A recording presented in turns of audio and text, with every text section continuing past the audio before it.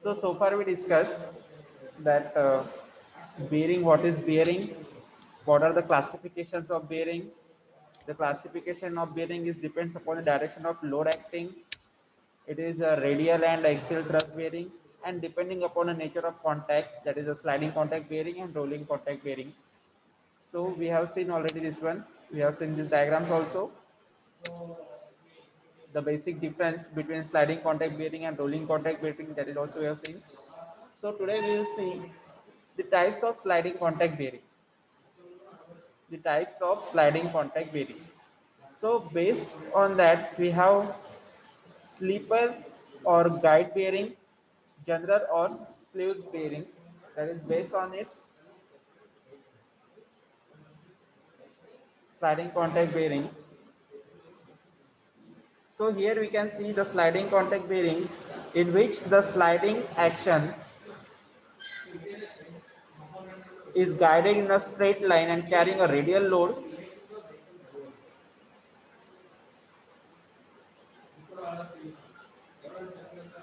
Means what is written here, the sliding contact bearing. Now I will tell how it will come. Suppose take an example of this. We'll take one bearing. Take an example of a radial bearing. We'll take one example.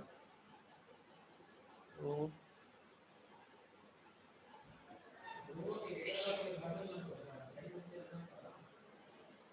this is our moving element. Okay, sliding occurs when one element is fixed and another one is moving. So suppose this is our moving element. This is our moving element, and the load. Suppose if we'll take this one as,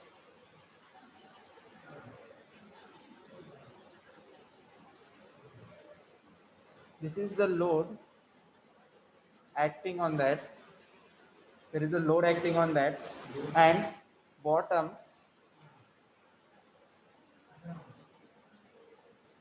bottom this one is fixed. Okay, this one is your moving element, this one is your fixed one, because sliding will occur when one is moving and another one is fixed. So based on that, we can see here this bearing, maybe we can call this bearing as sleeper or guided bearing. We can call this bearing where the sliding contact bearing in which the sliding action is guided in a straight line and carrying a radial loads may be called as sleeper or guided bearing. So here whatever movement is action or sliding is in action of one straight line, we can see in a straight line that movement is going on, and this is bottom one is your fixed one element. So we can say here that it is in a linear direction or a straight line. At the same time, the radial load is acting on the bearing here. With the help of this, I have seen already. The load is acting radially here. So for this, we can tell as a sleeper or guided bearing. So we already see this type of bearings we can find in the crosshead of a steam engine. Take a look at your machine drawing practice. There we have seen the crosshead. There we have seen the crosshead. How we drawn the crosshead, there we have seen already. And next we'll discuss the general contact, general or sleeve bearing. So in that general and sleeve bearing,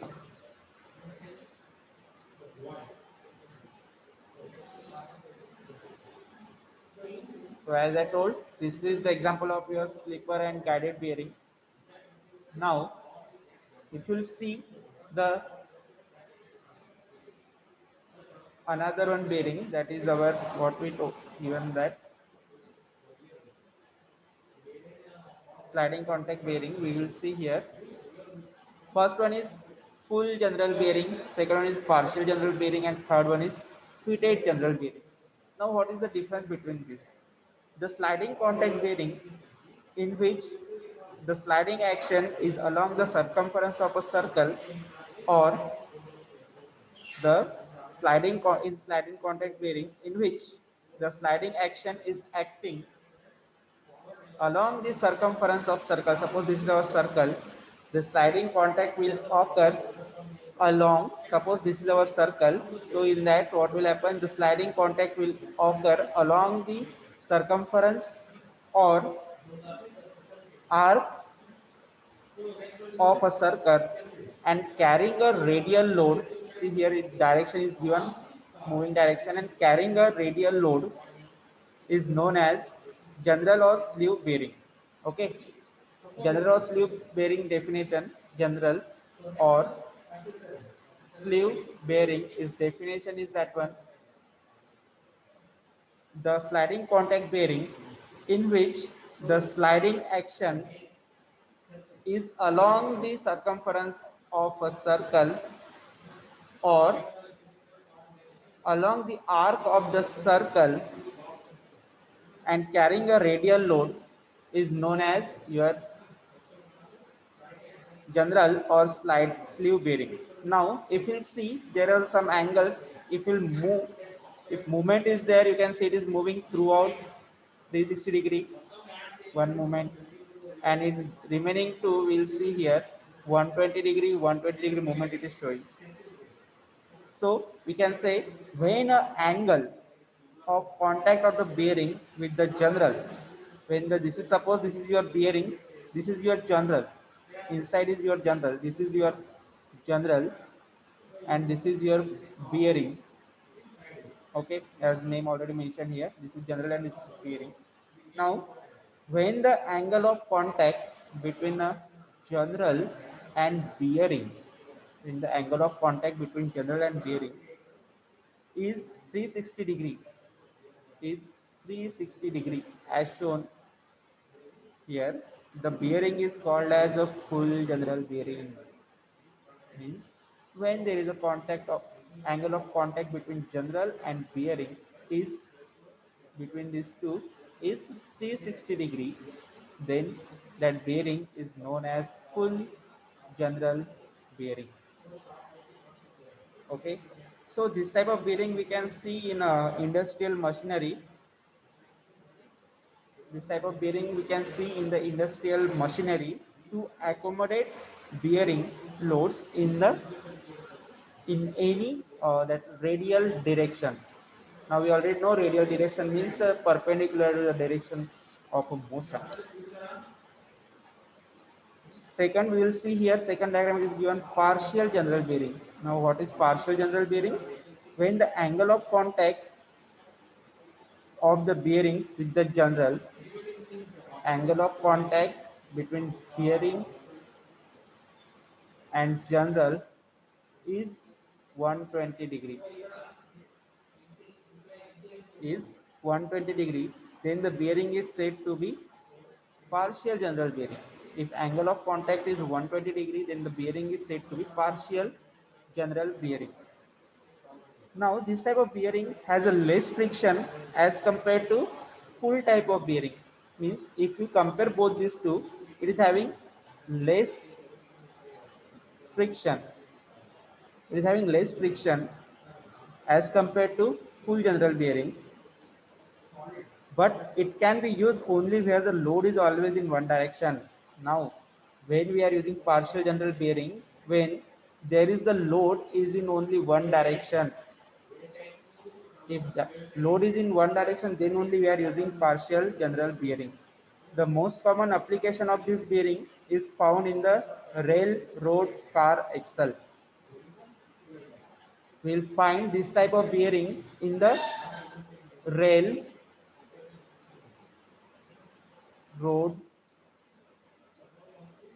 car axle. We will find this type of bearing there. That is our partial bearing. We can find application in the railroad car axle. This full and partial both, this both full and partial bearing, also known as clearance bearing, is also known as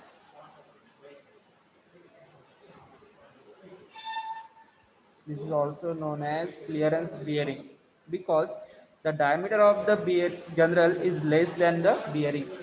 Why this is known? This both full general and partial general bearing is known as clearance bearing because the diameter of general the diameter of general is less than that diameter of your bearing.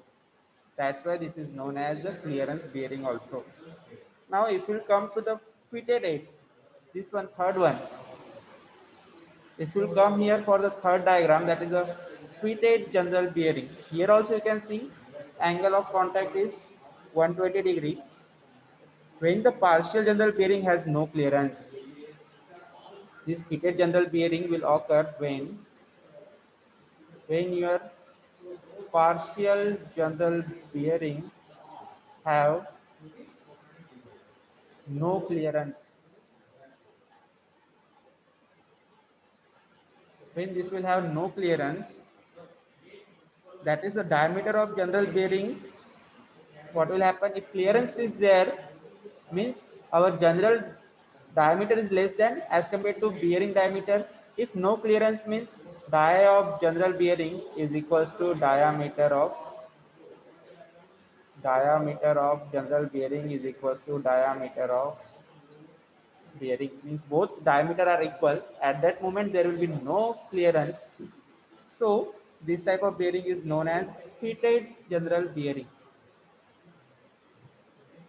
This type of bearing is known as fitted general bearing. Now sliding contact bearing also classified according to the thickness of layer of the lubricant between the bearing and the general. This again it is a given.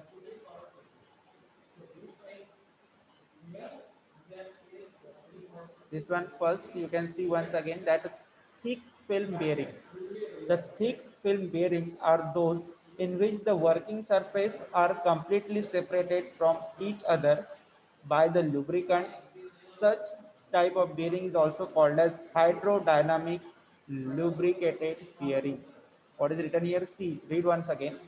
The thick film bearing are those in which the working surface are completely separated by each other by the lubricant. Means suppose this is a one surface, this is the other surface. This gap, this total gap, what is there? It is filled with the help of this total gap is filled with the help of lubricant like your oil, grease. These are gap is filled with the help of lubricant. So that lubricant used to both material separate both the materials. Such a bearing you can also call as hydrodynamic lubricated bearing. Next one is second one is thin film bearing. The thin film bearing are those in which although lubricant is present but working surface is partially contact each other at least part of the time. Such a bearing is also called as a boundary lubricated bearing. What will happen in that? Lubrication is there, but we don't see the difference or distance between other two, like we are seeing here in a thick film. In thin film lubrication is there, everything is there, lubricant is there, but it is in not thick format, it is in thin format. So in that condition what will happen? Lubrication is there, but at the part of time these two surfaces will come in contact with each other partially. Either one side it will come in contact, but we don't know at what time it will come. It will come at any time when there is a rotation or it is in motion. Next one is third one is your zero film. Zero film, see the name, zero film bearing, see the name only indicates zero means there is a no lubricant. So the zero film bearing are those which operates without any lubricant. Fourth one, hydrostatic or externally pressurized lubricant bearing. The hydrostatic bearing are those which can be supported steadily loads without any relative motion between the general and the bearing. This is achieved by forcing externally pressurized lubricant between the members.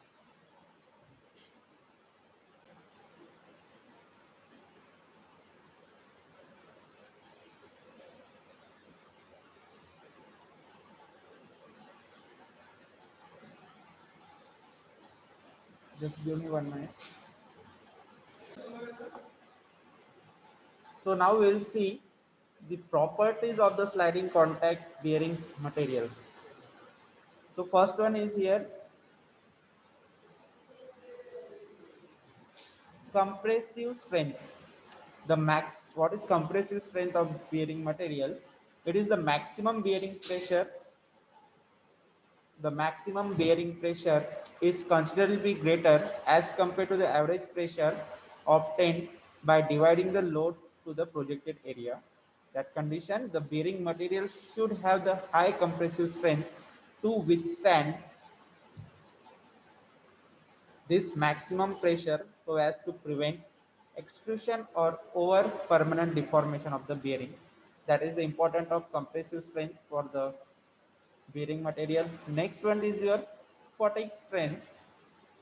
In that, the bearing material should have sufficient fatigue strength so that it can withstand with the repeated load without developing any surface fatigue crack.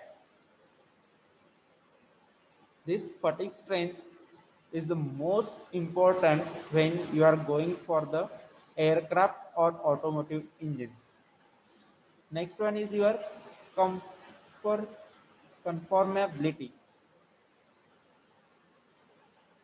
Now, this is the ability of the bearing material to accommodate sharp deflection and bearing inaccuracies by plastic deformation or creep without excessive wear and heating.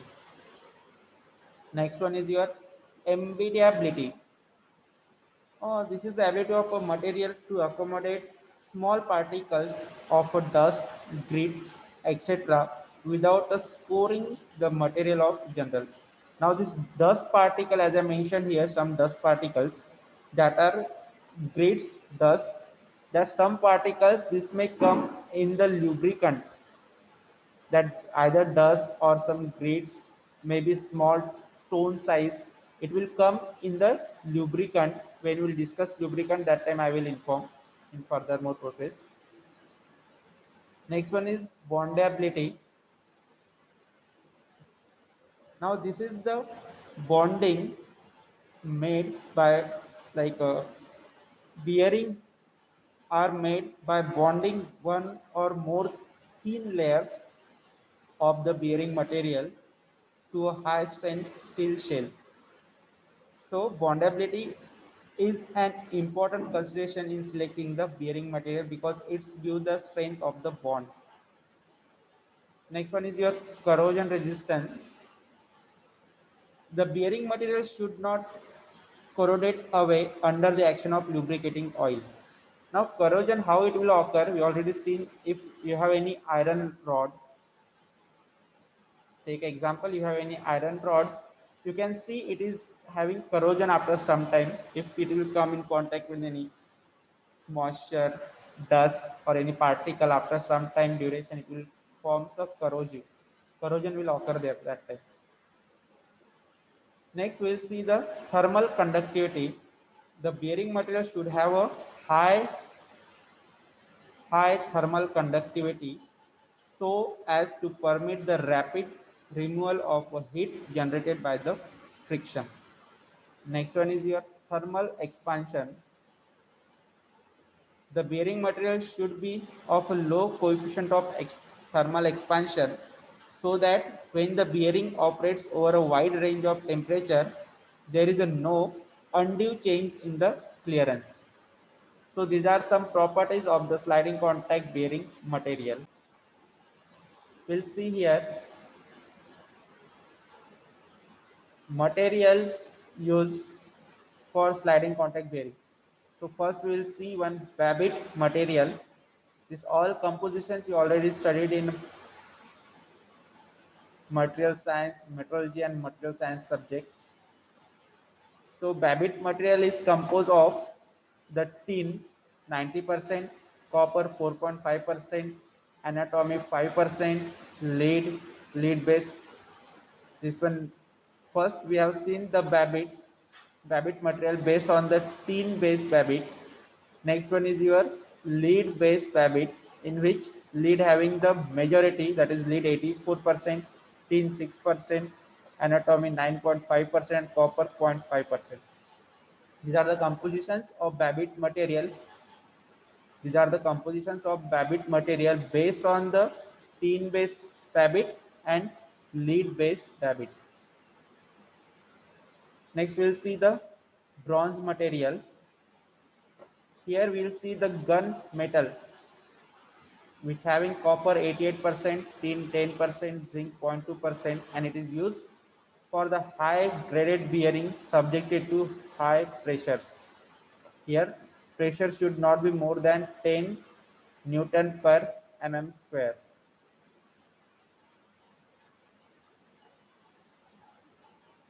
And high speed. Then we'll see another one is there, phosphorus bronze, where copper is 80%, tin 10%, lead 9%, phosphorus 1% is used for the bearing subjected to a high pressure and speed. That pressure should not be more than 14 Newton per mm square. So in gunmetal we have seen the pressure is 10 megapascal and here it is 14 megapascal. See the pressure difference is given in both. So these are the some material which we mostly use. After this we will see the cast iron also there. One more material is there, cast iron.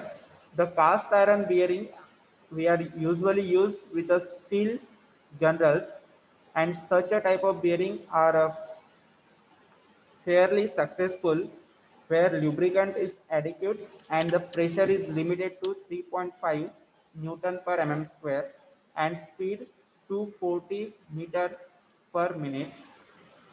Then another material we have, first material we have, one material is there, Babbitt metal, second one is bronze, third one is your cast iron, where minimum pressure is given 3.5 Newton per mm square and speed is given 1040 meter per minute. Then fourth one material we have silver. We have another material that is silver. So silver material, the silver and the silver lead bearing are mostly used in aircraft engine where the fatigue strength is the most important consideration. So this silver lead bearings that are used in the aircraft where the fatigue strength is the most important. Now in while discussing properties of bearing material, we have discussed already the fatigue strength, which is most important in the aircraft and automobile engines. Is it? One more is there, that is a non-metallic bearings, in which there is a carbon graphite bearing, soft rubber bearing, wood bearing. These are some types of material we are using with the carbon graphite, soft rubber and wood bearings. In that 1, 2, 3 is there, carbon graphite, then your soft rubber, then your wood.